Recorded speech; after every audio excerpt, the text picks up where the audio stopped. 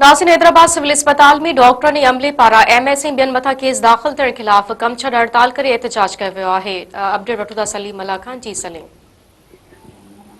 जी बिल्कुल, Liaquat university of medical and health sciences जे प्रोफेसरनि, पैरामेडिक अमले ऐं ॿियनि डॉक्टरनि पारां सिविल अस्पताल जे एमएस ऐं ॿियनि डॉक्टरनि ते केस दाख़िल करण ख़िलाफ़ सिविल अस्पताल जी ओपीडी जो अलामती बाइकाट करे एहतजाजी मुज़ाहिरो कयो वियो आहे। एहतजाज में doctor Farzana Shaikh, doctor Zakir Rajpar, doctor Ikramullah Bajwa, doctor Roshan Chandio समेत लम्स जे सीनियर डॉक्टरनि ऐं ॿिए अमले शिरकत कई आहे।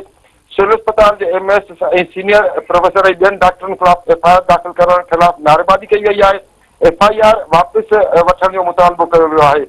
जॾहिं त डॉक्टरनि चवणु आहे त Sindh health care commission FIR खे बेबुनियाद करार चयो आहे त जेसिताईं जांच मुकमल न थींदी तेसिताईं एफआईआर जी का बि हैसियत न आहे।